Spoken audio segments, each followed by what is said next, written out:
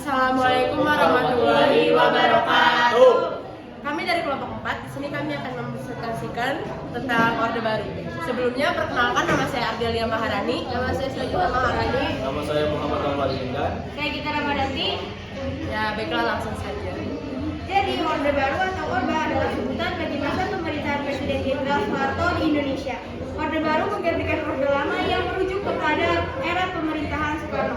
Lahirnya Orde Baru diawali dengan dikeluarkannya Surat Perintah 11 Maret 1966 atau biasa disebut Superseman. Orde Baru berlangsung dari tahun 1966 hingga 1998. Dalam jangka waktu tersebut, ekonomi Indonesia berkembang pesat meskipun hal ini terjadi bersamaan dengan praktik korupsi yang merajalela. Yang pertama ada masa transisi menuju Orde Baru dari tahun 1966 sampai 1967. Yang pertama, aksi-aksi Trikora. Pada masa transisi ini terjadi pergolakan politik militer hingga lingkup sosial masyarakat. Hal ini terbukti ketika para mahasiswa Jakarta membentuk organisasi federasi bernama Kesatuan Aksi Mahasiswa Indonesia atau KAMI.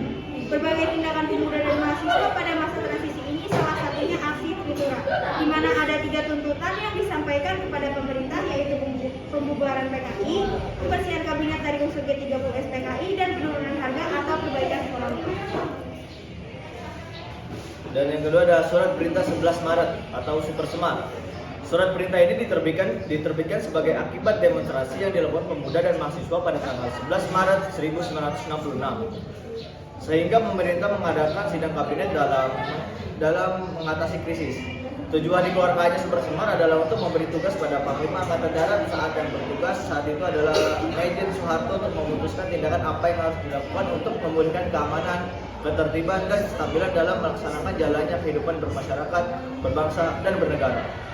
Dan yang ketiga ada dualisme kepemimpinan nasional. Superseman membuat Soeharto memiliki kuasa sebagai pelaksana pemerintahan, sementara Soekarno sebagai pemimpinan pemerintahan. Hal ini menimbulkan dualisme kepemimpinan nasional yang akhirnya menyebabkan pertentangan politik di kalangan masyarakat. Sehingga muncullah pendukung Soekarno dan pendukung Soeharto. Demi menjaga keutuhan bangsa, Soekarno menyerahkan kekuasaan pemerintahan kepada pengemban TAP MPRS nomor 9 atau MPRS tahun 1966, Jenderal Soeharto pada 23 Februari 1967. Selanjutnya ada awal Orde Baru. Yang pertama, MPRS melantik Soeharto sebagai pejabat presiden 1967 dan 1968. Pada tanggal 12 Maret 1967, Jenderal Soeharto dilantik menjadi pejabat presiden Republik Indonesia oleh Ketua MPRS Jenderal Abdul Haris Nasution. Setelah setahun menjadi pejabat presiden, Soeharto dilantik menjadi presiden Republik Indonesia pada tanggal 27 Maret 1968 dalam sidang umum kelima MPRS. Yang kedua ada mengukuhkan Pancasila dan Undang-Undang Dasar 1945 sebagai fondasi kehidupan bernegara.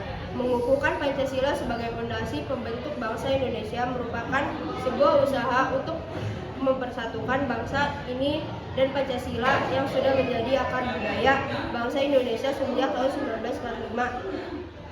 Setelah banyak berubah, kehidupan berbangsa dan bernegara di Indonesia menjadi jauh lebih baik sebelum Indonesia terlepas dari penjajah.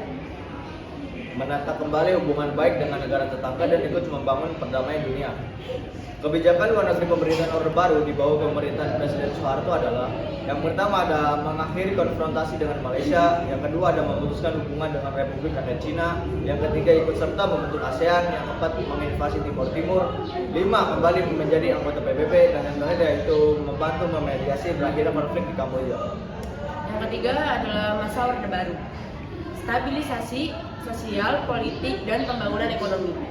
Upaya stabilisasi sosial dan politik masa Orde Baru dilakukan dengan melakukan penangkapan terhadap orang PKI, menjadikan Pancasila sebagai ideologi negara, memberantas ideologi ekstrem, dan penyederhanaan partai.